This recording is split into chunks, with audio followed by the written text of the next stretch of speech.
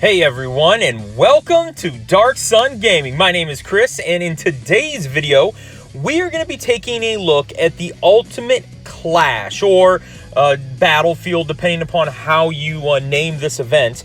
But what I want to talk about specifically is how do you get more Battlefield memory, and also kind of talk about how you can collect some of that Battlefield memory.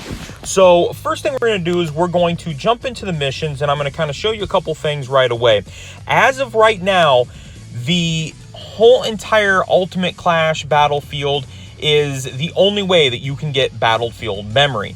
So there's a couple different ways that you can do that. Number one is if you were to jump down and actually complete at least 3 fights or 3 battles in a given week, you can get 6,000 Battlefield memory right from that. All you have to do is, and you can beat the very first guy and then jump out and then just completely back all the way out, then beat the very first guy again. So if you can't do anything more than beat the very first guy, you should be good, which they're not any harder than a early Dokkan Fest character. I mean, they typically only have 5 bars of health, and they're pretty simple to do. But if you kind of scroll down here, and we're going to be able to take a look, there's all other kinds of levels and things that you can get for clearing each level. But the first time you actually clear a level, you're able to collect Battlefield memory. So that is going to be the way that you do it. Now, sometimes it can be very difficult. You can get anywhere between, I think it starts off where it's, 6, 7, 8,000 for the first couple stages. Once you get to the later rounds, you can get up to 24,000 Battlefield memory for each battle you're beating. But maybe you might be struggling on how to do it or how to be able to build your team. So I'm just going to kind of jump in here, and I'm going to show you right now. I've got 112 people selected, and you can kind of see everyone that's set up. And when you're trying to make that determination of who you want to bring, first thing I'm going to do is actually just go through here, and I'm just going to take a look at my AGL super cards. And when you see down at the bottom, you can take a look at your remaining characters. So I've got 21 AGL, 21 tech, 28 intelligence, because in this particular round, the tech Gohan is very, very difficult. And then I've got the strength 21, physical 21. So you always want to take at least 21 of each one. And the reason why is because you will face at least one type you're going to face at least 2 characters of every type. So you need a minimum of 14 of each one, unless you're going to try to make it a little more difficult for yourself and do a Battlefield run just with categories. So if you go through and you say, okay, well, I'm going to take on there's always going to be 2 strength or 2 AGL. So that's why you always want to have at least 14. But then I always take a backup, because sometimes you have those really hard units that you just can't seem to beat.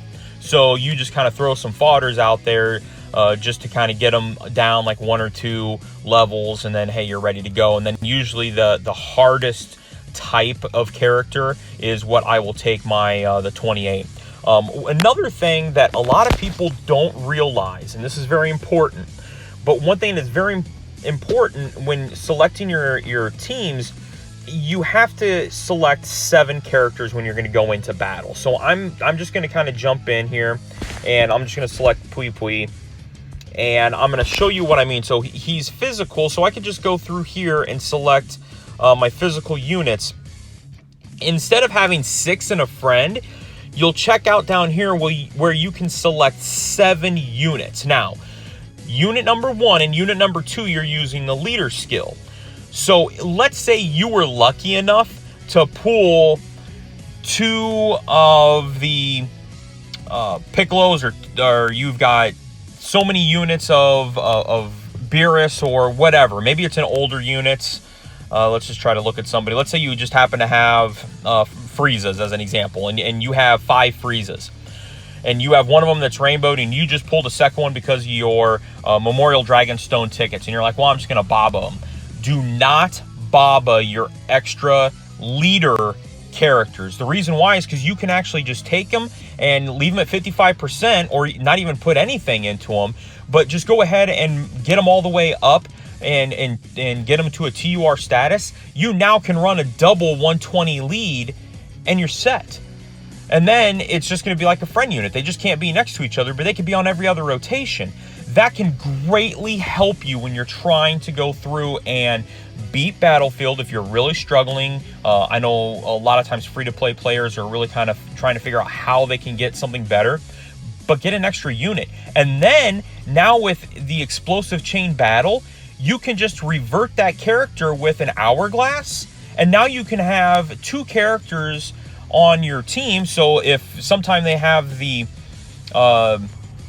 this full power Frieza, and they turn around and say, oh, okay, well, he's going to be an exclusive character, you can use his UR stay and his TUR as helping for your friends. And then all of a sudden, wow, you have a perfect linking partner, because only 1 or 2 things typically change. They're either gaining Shattering the Limit or Fierce Battle. They typically don't lose a whole lot more than that, than 1 or 2 links. So you're going to get a perfect link partner. So something that can really kind of help you out that way and be beneficial. But I really hope this video was informational for you and lets you kind of know a little bit more on how you can get your Battlefield memory, and also maybe how to build some of your Battlefield teams, especially utilizing those extra category leads that you may get, and not bobbing them, but turning around and using them in this 7-team setup that you get to select through. So thank you very much. If you haven't done so already, please make sure you guys are hitting that like button if you like today's video, and also give me a subscription down at the bottom. Hit the red subscribe button if you guys like my content, and make sure to hit the notification bell so you are made aware every single time that I am uploading a new video.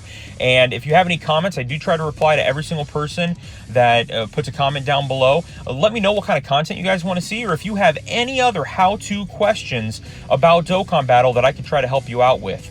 But that's it. That's today's video. Thank you very much. I appreciate each and every one of you. We'll talk to you guys later.